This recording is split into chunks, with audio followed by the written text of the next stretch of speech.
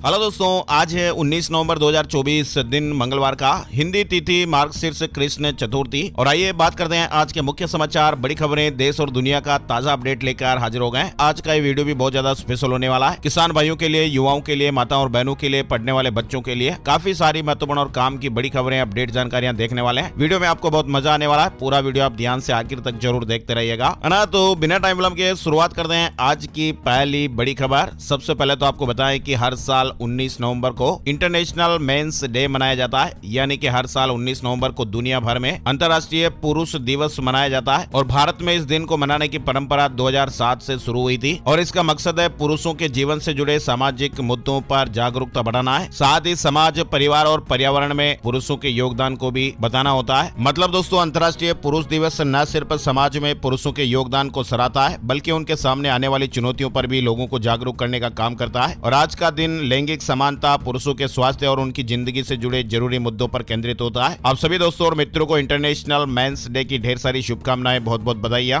अब आप अंतर्राष्ट्रीय पुरुष दिवस को कैसे मनाएंगे? सबसे पहला है कि आप जागरूकता फैलाएं। आप अपने दोस्तों, परिवार और सोसाइटी के लोगों को इस दिन के बारे में बताकर जागरूकता फैला सकते हैं। आप अपने इलाके में आयोजित होने वाले कार्यक्रमों में भाग लेकर भी इस दिवस को मना सकते हैं। और आप किसी ऐसे संगठन में वॉलंटियर भी कर सकते हैं जो पुरुषों के मुद्दों पर काम करता है। इसके अलावा आप अपनी जिंदगी में पॉजिटिव चेंज लाकर आज के दिन को मना सकते हैं, जैसे कि आप अपनी सेहत पर ध्यान दें, दूसरों की मदद करें या कम्युनिटी में एक्टिव रूप से भाग लें। अंतर्राष्ट्रीय पुरुष दिवस हर साल एक खास विषय पर केंद्रित होता है और इस साल 2024 में इस दिवस की थीम पुरुष स्वास्थ्य चैंपियन रखी गई है, यानी मेंस हेल्थ चैंपियंस। और इस थीम का खास मकसद पुरुषों की सेहत को बेहतर बनाना है। चलिए खबरों में शुरुआत करते हैं। पहली बड़ी खबर आप देखिए, G20 समिट में मोदी और बाइडेन के बीच मुलाकात हुई है। प्रधानमंत्री नरेंद्र मोदी ने कहा कि अमेरिकी राष्ट्रपति से मिलकर खुशी होती है। ब्राजील की राजधानी रियो डी जेनेरियो में सोमवार को 19वीं G20 समिट की शुरुआत हो गई। ये समिट 2 दिन यानी 18 और 19 नवंबर को है। पहले दिन प्रधानमंत्री नरेंद्र मोदी और दुनिया के बाकी वर्ल्ड लीडर्स समिट में पहुंचे। G20 समिट के पहले सेशन का मुद्दा भूखमरी और गरीबी के खिलाफ एकजुटता है। पहले सेशन को संबोधित करते हुए प्रधानमंत्री नरेंद्र मोदी ने G20 के सफल आयोजन के लिए ब्राजील के राष्ट्रपति को बधाई दी। G20 के समिट में प्रधानमंत्री मोदी की स्पीच की 5 बड़ी बातें भी आप देख पा रहे हैं। चलिए बड़ी खबर की बात करते हैं। मणिपुर से शुरुआत करते हैं। मणिपुर में एक बार फिर हिंसा की आग बहुत ही ज्यादा तेज हो चुकी है और पिछले साल मई महीने से ही राज्य जातीय संघर्ष से जूझ रहा है। मणिपुर राज्य में कुल 218 CAPF कंपनियां मौजूद हैं और अतिरिक्त 50 कंपनियों को मणिपुर भेजने के आदेश भी दे दिए गए हैं। केंद्र सरकार ने गृह मंत्रालय और सुरक्षा एजेंसियों के वरिष्ठ अधिकारियों के साथ बैठक कर मणिपुर के हालात की समीक्षा की और ताजा हिंसा को रोकने और तनाव कम करने के लिए जरूरी कदम उठाने के निर्देश दिए गए हैं। मणिपुर में एक बार फिर से हालात बिगड़ गए हैं और बहुत ही तनावपूर्ण हालात हैं। वहाँ पर स्कूल और कॉलेज बंद कर दिए गए हैं। 5000 से अधिक सुरक्षा कर्मी तैनात किए गए। अमित शाह की हाई लेवल मीटिंग भी हुई। चलिए बड़ी खबर देखिए, दिल्ली प्रदूषण को लेकर बड़े अपडेट चल रहे हैं। दिल्ली प्रदूषण पर सुप्रीम कोर्ट ने कहा कि 12वीं तक के स्कूल बंद करो। स्टेज 4 के प्रतिबंध हमसे पूछे बिना मत हटाना, भले ही AQI 450 से नीचे आ जाए। दरअसल सुप्रीम कोर्ट ने सोमवार को दिल्ली NCR रीजन में सरकारों को निर्देश दिया कि प्रदूषण की गंभीर स्थिति देखते हुए 12वीं तक के स्कूल भी बंद कर दिए जाएं, फैसला लें। और AQI का स्तर नीचे लाने के लिए ग्रेप स्टेज 3 और स्टेज 4 के जो सभी जरूरी प्रतिबंध हैं उन्हें भी लागू किए जाएं। ग्रेप 4 के अंतर्गत कई सारे नियम लागू हो जाते हैं। ये 8 तरह के नियम आप स्क्रीन पर देख पा रहे हैं। दिल्ली में प्रदूषण से हालात बहुत ही खराब है और दिल्ली NCR में आज से 12वीं तक के स्कूल भी बंद कर दिए गए हैं। ऑनलाइन पढ़ाई होगी, आदेश भी जारी हो गए। वहीं मौसम विभाग ने अगले 5 दिनों के लिए घने से घना कोहरा छाने की आशंका भी जताई है और ऐसे में लोगों को सावधानी बरतने के लिए भी कहा गया है। दिल्ली में वायु प्रदूषण अति गंभीर श्रेणी में पहुंच गया है और अगले 5 दिनों तक और सावधान रहने की सलाह दी गई है। वहीं हरियाणा में धुंध से 13 गाड़ियां टकरा गई। हरियाणा में घनी धुंध के बीच हिसार और कैथल में 13 गाड़ियां आपस में टकरा गई और इनमें हरियाणा रोडवेज की एक AC बस भी शामिल थी। गनीमत रही कि हिसार में गाड़ियां भिड़ने की वजह से बस और कारों में सवार लोग बाल बाल बच गए। कैथल में तो टक्कर के बाद एक कार में आग भी लग गई, 2 लोग गंभीर रूप से घायल भी हो गए। और दोस्तों, हरियाणा के 10 जिलों में 5वीं से 12वीं तक के स्कूल भी बंद कर दिए गए। प्रदूषण से हालात बिगड़ रहे हैं, पाबंदियां भी बढ़ रही हैं। माल ढुलाई और बसों पर भी असर देखने को मिल रहा है और ऐसे में फल, सब्जी, दूध वगैरह भी अब महंगे हो सकते हैं। हरियाणा में भी धुंध के बीच प्रदूषण के हालात बिगड़े हुए हैं। सबसे बुरी स्थिति गुरुग्राम में है, जहाँ पर सोमवार की सुबह AQI 576 रहा, जो की बहुत ही खतरनाक श्रेणी में आता है। इसमें सांस लेना 27 सिगरेट पीने से भी ज्यादा नुकसानदायक है। स्थितियों को बिगड़ता देख हरियाणा सरकार ने 5 जिलों में 5वीं तक के स्कूल बंद कर दिए हैं और इनमें रेवाड़ी, पानीपत, रोहतक और जींद शामिल हैं। भिवानी में भी छुट्टी कर दी गई है और ये आदेश 23 नवंबर तक लागू रहेंगे। उधर सरकार ने सभी जिलों के डिप्टी कमिश्नरों को 12वीं तक के स्कूल बंद रखने के फैसले की छूट दे दी है, जिसके बाद गुरुग्राम, फरीदाबाद, नुह, झज्जर और सोनीपत के सभी स्कूलों में 12वीं तक कक्षाएं बंद करने के आदेश जारी कर दिए गए। गुरुग्राम, फरीदाबाद, झज्जर और नुह में 19 नवंबर से 23 नवंबर तक सभी कक्षाएं बंद रहेगी और इस दौरान ऑनलाइन कक्षाएं जारी रहेगी। वहीं देखिए, पंजाब के 14 जिलों में भी धुंध का अलर्ट रहा। 50 मीटर किलोमीटर से कम रही विजिबिलिटी। चंडीगढ़ अभी भी रेड जोन में है। जम्मू कश्मीर में हुई बर्फबारी के बाद पंजाब और चंडीगढ़ के मौसम में भी ठंड बढ़ने लगी है। हालांकि बीते 24 घंटों में कोई ज्यादा खास बदलाव नहीं हुआ, लेकिन बताया जा रहा है कि आने वाले 5 दिनों में तापमान में 2 से 5 डिग्री की गिरावट देखने को मिल सकती है। पंजाब में धुंध को लेकर अलर्ट जारी है। वहीं बिहार में भी कोहरे के कारण 17 ट्रेनें लेट हो गई, 6 फ्लाइट लेट हुई। मध्य प्रदेश में स्कूलों की टाइमिंग बदली। लद्दाख और कश्मीर में एक बार फिर से बर्फबारी देखने को मिली है। यानी हमारे देश में ठंड के साथ साथ कोहरे का भी असर अब लगातार बढ़ते जा रहा है। बिहार में कोहरे के कारण विजिबिलिटी घटने से 17 ट्रेनें लेट हो गई, 6 विमानों के टेक ऑफ और लैंडिंग में भी देरी हुई। मध्य प्रदेश में भी सर्द हवाएं चलने का दौर लगातार जारी है और स्कूलों की टाइमिंग भी बदली जा रही है। भोपाल में कई प्राइवेट स्कूलों ने 30 मिनट तक टाइमिंग बढ़ा दी है। वहीं इंदौर, जबलपुर और ग्वालियर, उज्जैन में भी समय बदलने की तैयारियां हो रही हैं। मौसम विभाग ने कहा कि मध्य प्रदेश में 20 नवंबर के बाद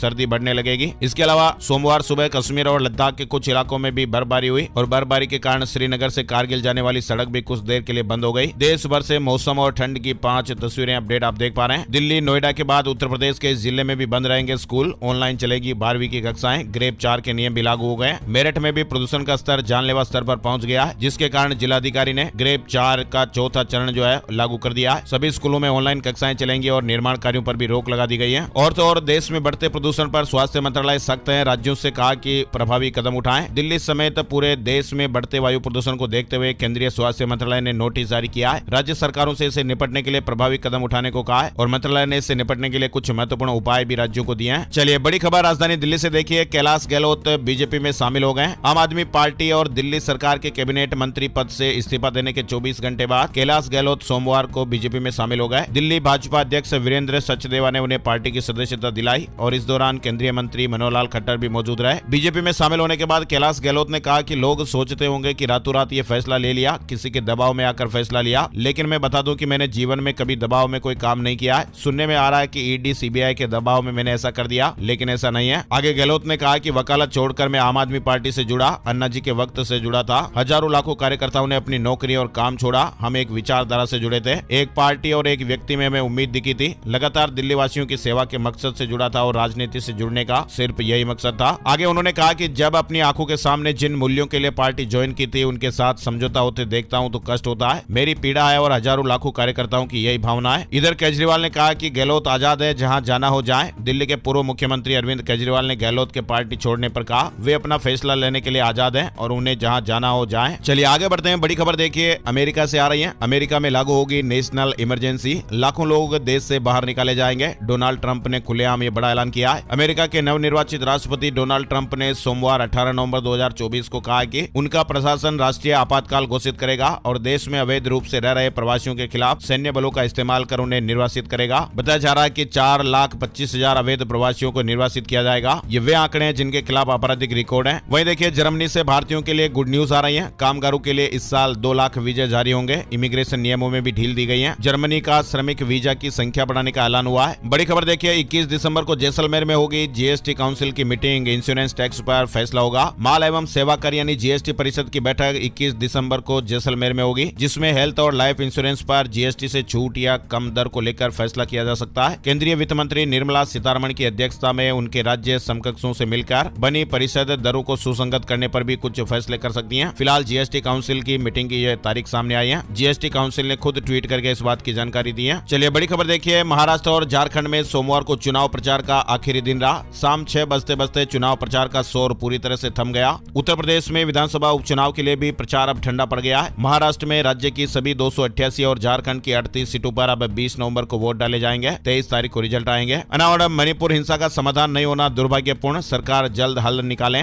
आरएसएस ने बड़ा अपडेट दिया है। संघ ने मणिपुर हिंसा पर चिंता जताई है। आरएसएस ने कहा कि पिछले 19 महीने से जारी हिंसा अभी तक नहीं सुलझी है। इस विवाद का अब तक समाधान नहीं होना दुर्भाग्यपूर्ण है और हिंसा के कारण कई निर्दोष लोगों की जानें भी गई हैं। केंद्र और राज्य सरकार जल्द से जल्द इस संघर्ष का हल निकालें। राष्ट्रीय स्वयं सेवक संघ यानी आरएसएस ने मणिपुर हिंसा पर यह चिंता जताई है। चलिए बड़ी खबर देखिए भारत से संबंधों को लेकर चीन की ओर से एक बड़ा बयान आया है। चीन ने कहा कि वो जिनपिंग मोदी के बीच महत्वपूर्ण मुद्दों पर बनी सहमति को लागू करने के लिए तैयार है। चीन बातचीत और सहयोग बढ़ाने और रणनीतिक विश्वास को बढ़ावा देने के लिए भारत के साथ मिलकर काम करने को तैयार है। अनावर लेबनान में इजराइल की एयर स्ट्राइक जारी, हिजबुल्लाह मुख्यालय को निशाना बनाया गया। साथ ही बड़ी खबर है कि अमेरिका ने यूक्रेन को रूस के भीतर हमला करने के लिए अमेरिकी हथियारों के इस्तेमाल की अनुमति दी है, जिस पर रूस ने कड़ी प्रतिक्रिया व्यक्त की है। रूस के एक सांसद ने कहा कि अमेरिका का यह फैसला दुनिया को तीसरे विश्व युद्ध के करीब ले जाएगा। अमेरिका सरकार ने फैसला लिया कि यूक्रेन लंबी दूरी तक मार करने वाले अमेरिकी हथियारों का इस्तेमाल रूस के भीतर हमला करने के लिए कर सकता है और इसी फैसले पर रूस ने यह कड़ी प्रतिक्रिया दी है। रूस ने कहा कि यह निर्णय दुनिया को तीसरे विश्व युद्ध के करीब ले जाएगा। बड़ी खबर देखिए, परमाणु शक्ति का अनलिमिटेड पैकेज, किम जोंग ने अपनी कसम से दुनिया को डराया है। उत्तर कोरिया के शासक किम जोंग उन ने एक बार फिर दुनिया को अपने इरादों से डरा दिया है। उत्तर कोरिया की सरकारी मीडिया ने सोमवार को बताया किम जोंग ने अमेरिका और उसके अलाय के क्षेत्र में बढ़ते सहयोग को काउंटर करने के लिए अपनी परमाणु शक्ति को बिना सीमा के बढ़ाने की कसम खाई है। चलिए बड़ी खबर देखिए, उच्च शिक्षा विभाग के सचिव के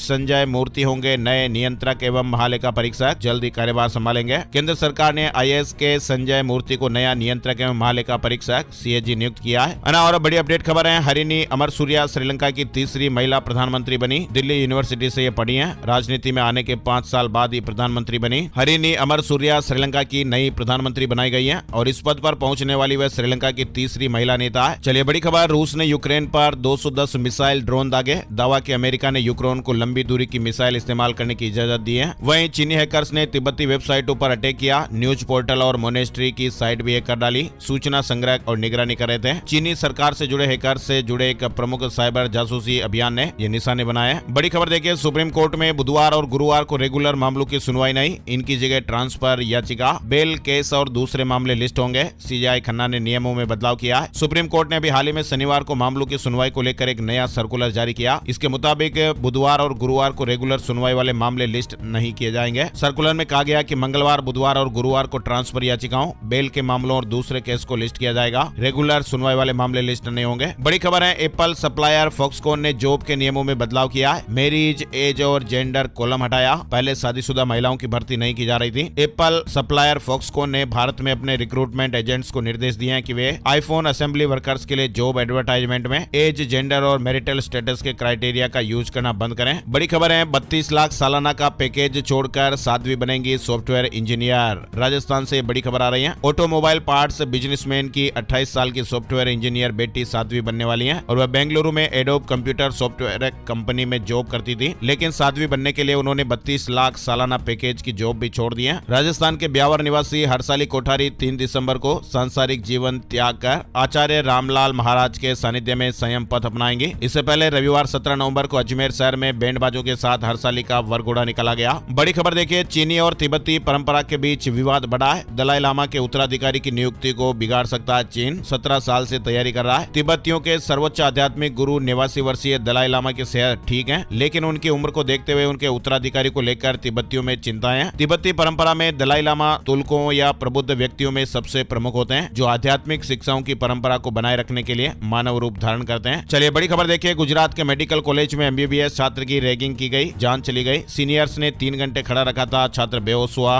अब जान चली गई है और इस मामले में 15 लोगों पर एफआईआर की गई है और उन्हें कॉलेज से सस्पेंड भी कर दिया है। बिहार राज्य सरकार ने बड़ा फैसला लिया, जमीन के दाम में सालाना 10% वृद्धि मानकर मुआवजा मिलेगा। बिहार में जमीन अधिग्रहण में आ रही बाधाओं को दूर करने के लिए सरकार ने बड़ा फैसला लिया है। हर साल जमीन के दामों में 10% बढ़ोतरी मानकर मुआवजा तय होगा। अब सड़क परियोजनाएं रुकेगी नहीं। कैमूर जिले से इसकी शुरुआत भी होने जा रही है। चलिए बड़ी खबर देखिए, हरियाणा के शंभू बॉर्डर पर धरने पर बैठे किसान 6 दिसंबर को किसान दिल्ली के लिए कूच करेंगे। चंडीगढ़ में सोमवार 18 नवंबर को हुई किसानों की मीटिंग में फिर से दिल्ली जाने का फैसला लिया गया। किसान नेता पंदेर ने कहा कि सरकार के पास 6 दिसंबर तक का समय है। अगर सरकार हमारी मांगे पूरी नहीं करती है तो किसान पीछे नहीं हटेंगे, जत्थों के साथ दिल्ली कूच करेंगे। चलिए बड़ी खबर, केंद्रीय कर्मचारियों और पेंशन धारकों के लिए गुड न्यूज, क्योंकि 8वें वेतन आयोग में सैलरी में संशोधन से जुड़े गुणांक यानी फिटमेंट फैक्टर को बढ़ाने की मांग की जा रही है और अगर ऐसा होता है तो सरकारी कर्मचारियों की न्यूनतम सैलरी 17,990 से बढ़कर 51,451 हो जाएगी। कर्मचारियों के हित के लिए काम करने वाली संस्था national council of joint consultative machinery यानी NCJCM के सचिव शिव गोपाल मिश्रा ने भी हाल ही में फिटमेंट फैक्टर बढ़ाने की बात कही है। उन्होंने सरकार को 2.86 फिटमेंट फैक्टर बढ़ाने का सुझाव दिया है और अगर ऐसा होता है तो केंद्रीय कर्मचारियों की न्यूनतम सैलरी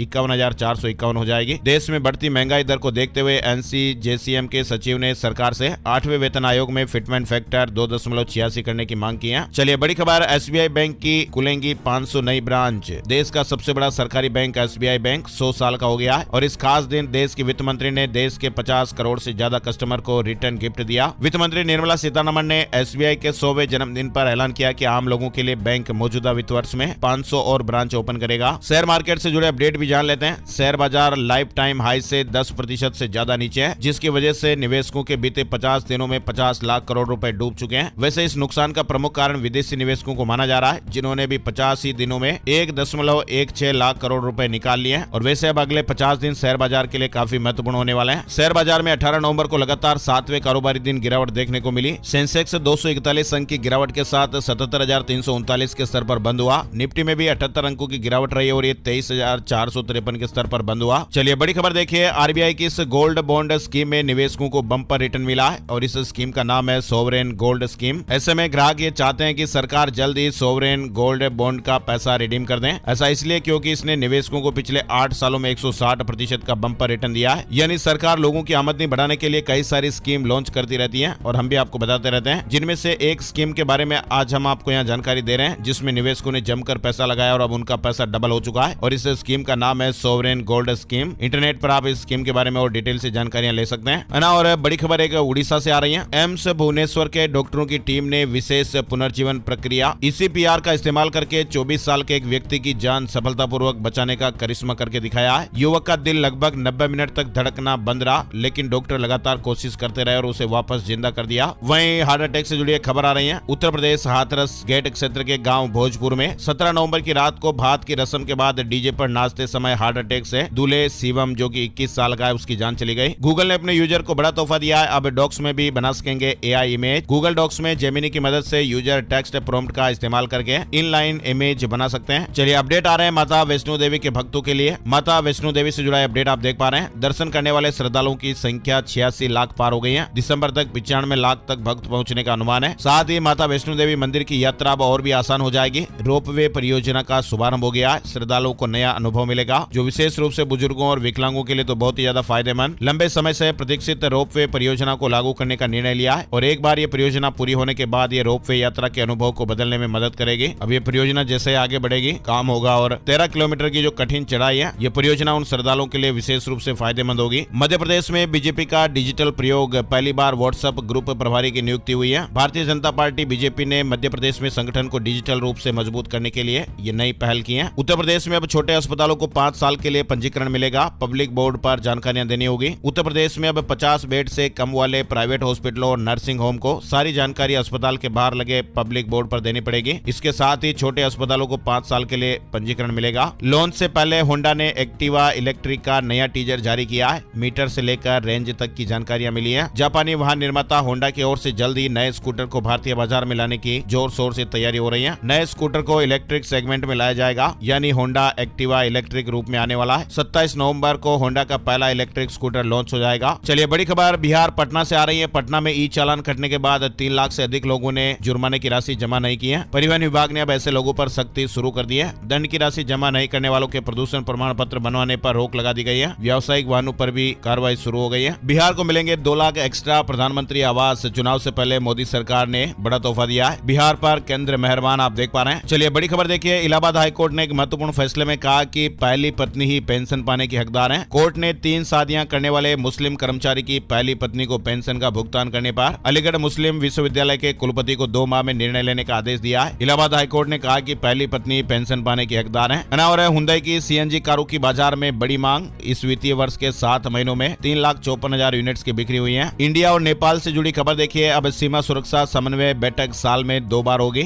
आतंकवाद और तस्करी पर नकेल कसेगी। सहमति पत्र पर दस्तखत। 11 साझा एजेंडे तय किए गए। और AI कंपनियों के लिए जल्द ही सरकार की आचार संहिता आ सकती है। मोदी सरकार का प्लान, सरकार आर्टिफिशियल इंटेलिजेंस यानी AI पर काम करने वाली कंपनियों के लिए जल्द ही आचार संहिता जारी कर सकती है। सूचना प्रौद्योगिकी मंत्रालय इस दिशा में काम कर रहा है और नए साल के आरंभ में आचार संहिता जारी भी हो जाएगी। आचार संहिता मतलब है नियम, कानून, कायदे, रूल्स वगैरह बन जाएंगे। चलिए बड़ी खबर देखिए। सुप्रीम कोर्ट ने सोमवार को इस तथ्य को बहुत ही विचित्र बताया कि पंजाब में भी हाल ही में हुए चुनाव में 13,000 पंचायत पदाधिकारियों में से 3,000 निर्विरोध निर्वाचित हुए हैं। कोर्ट ने असंतुष्ट उम्मीदवारों को चुनाव याचिका दायर करने की अनुमति दे दी है। यूपी सरकारी कर्मचारी नियम, बड़ी सजा पर मौखिक साक्ष्य दर्ज करना अनिवार्य है। सुप्रीम कोर्ट ने कहा कि उत्तर प्रदेश सरकारी कर्मचारी अनुशासन और अपील नियम 1999 के तहत जब जांच में बड़ी सजा देने का प्रस्ताव हो तो किसी लोक सेवक के खिलाफ आरोपों के समर्थन में मौखिक साक्ष्य दर्ज करना अनिवार्य है। वहीं बड़ी खबर देखिए, बंबई उच्च न्यायालय के मुख्य न्यायाधीश DK उपाध्याय और न्यायमूर्ति अमित बोरकर की खंडपीठ ने 20 नवंबर को होने वाले महाराष्ट्र विधानसभा चुनाव में मतदान केंद्रों पर मोबाइल फोन ले जाने पर प्रतिबंध के खिलाफ मुंबई की अधिवक्ता द्वारा एक दायर जनहित याचिका को खारिज कर दिया है। हाईकोर्ट ने सोमवार को कहा कि आगामी राज्य विधानसभा चुनाव में मतदान केंद्रों पर मोबाइल फोन के उपयोग पर रोक लगाने के भारत निर्वाचन आयोग का निर्णय गैर कानूनी नहीं है। चलिए आगे बढ़ते हैं। बड़ी खबर, हज पॉलिसी में भारी बदलाव, हज यात्रा 2025 का सफर महंगा हो जाएगा। खबर है कि हज 2025 का सफर 50,000 रुपए तक महंगा होने के आसार हैं। राजस्थान से भी इस बार हज के पाक सफर पर करीब 3,802 यात्री जाएंगे। साथ ही अपडेट देखिए आप, सीबीआई की बड़ी कार्रवाई हुई है। छत्तीसगढ़ लोक सेवा आयोग के पूर्व अध्यक्ष गिरफ्तार, 45 लाख रुपए रिश्वत ली थी। अब फ्लाइट में मिलेगा मोबाइल इंटरनेट। एलन मस्क के रॉकेट से पहली बार लॉन्च होगा इसरो का सैटेलाइट। सोमवार मंगलवार की दरमियानी रात इस सैटेलाइट को लॉन्च किया जाना है और इससे दूर दराज के इलाकों में ब्रॉडबैंड सर्विस मिलेगी। साथ ही फ्लाइट में पैसेंजरों को इंटरनेट की सुविधा भी मिल पाएगी। और एम्स के रिसर्च में एक बड़ा खुलासा हुआ है। मोबाइल एडिक्शन को लेकर अपडेट देखिए। मोबाइल की लत से बच्चों में गंभीर बीमारी हो रही है। मोबाइल का इस्तेमाल बच्चों के लिए कितना घातक हो सकता है, इसका खुलासा एम्स भोपाल के एक ताजा रिसर्च में खुलासा हुआ है। मोबाइल फोन और स्क्रीन टाइम की बढ़ती आदत बच्चों और किशोरों के मानसिक स्वास्थ्य पर गंभीर प्रभाव डाल रही है। एम्स भोपाल के शोध और ओपीडी विश्लेषण ने चौंकाने वाले आंकड़े प्रस्तुत किए हैं। इन रिपोर्ट से पता चला कि मध्य प्रदेश में 33.1% किशोर डिप्रेशन और 24.9% चिंता जैसी समस्याओं से जूझ रहे हैं। वर्चुअल ऑप्टिज्म डिसऑर्डर भी देखने को मिल रहे हैं। वही देखिए, WHO ने एक चेतावनी जारी की है। भारत पर मंडरा रहा खसरा बीमारी का खतरा। मिजल्स एक संक्रमित बीमारी है जिसे हिंदी में खसरा कहते हैं। हालांकि ये बच्चों को ज्यादा प्रभावित करती है, लेकिन ये किसी भी उम्र के लोगों को हो सकता है। ये बीमारी मिजल्स नाम के वायरस के कारण होती है, जो कि आसानी से एक से दूसरे व्यक्ति में फैल सकती है। अभी हाल ही में WHO की जारी रिपोर्ट के अनुसार 57 देशों में खसरा की बीमारी का खतरा मंडरा रहा है, जिसमें भारत दूसरे नंबर पर है। इसका मुख्य कारण बताया जा रहा है कि खसरा के टीकाकरण में कमी आई है। उत्तर प्रदेश के इन 6 जिलों में होगी अफीम की खेती। 2700 किसानों को लाइसेंस मिलेगा। उत्तर प्रदेश के 6 जिलों बाराबंकी, लखनऊ, अयोध्या, गाजीपुर, महाराजगंज और मऊ के किसानों को लाइसेंस दिए जा रहे हैं। और मध्य प्रदेश के विद्युत कर्मचारियों को मोहन सरकार ने बड़ा तोहफा दिया है। फ्री में 25 लाख रुपए तक के इलाज की सुविधा मिलेगी। अब विद्युत कर्मचारियों को कैशलेस स्वास्थ्य योजना का लाभ मिलेगा। ऊर्जा मंत्री प्रद्युम्न सिंह तोमर ने बताया कि अब राज्य के विद्युत कर्मी इस योजना के तहत 5 लाख रुपए से लेकर 25 लाख तक की कैशलेस स्वास्थ्य सुविधाओं का लाभ उठा पाएंगे। हिमालय से जैसलमेर पहुंचे 200 दुर्लभ गिद्ध, सर्दियों में पसंदीदा जगह झुंड में आया मेहमान पक्षी हिमालयन ग्रिफोन। राजस्थान के जैसलमेर जिले में प्रवासी गिद्धों की आवक शुरू हो चुकी है। जिले में कई जगहों पर गिद्धों ने अपना डेरा डालना शुरू कर दिया है और ये पक्षी अब करीब 4 महीने तक जिले में प्रवास करेंगे और 4 महीने के बाद गर्मी के मौसम की शुरुआत होते ही वापस लौट जाएंगे। चलिए राजस्थान से जुड़े कुछ महत्वपूर्ण अपडेट देखिए। एसआई भर्ती 2021 में सेलेक्ट एसआई की पोस्टिंग पर रोक, पासिंग आउट परेड भी नहीं होगी। हाई कोर्ट ने यथास्थिति बनाए रखने के आदेश दिए। वही देखिए, राजस्थान मेडिकल काउंसिल ने इंटर्नशिप के लिए आवेदन मांगे।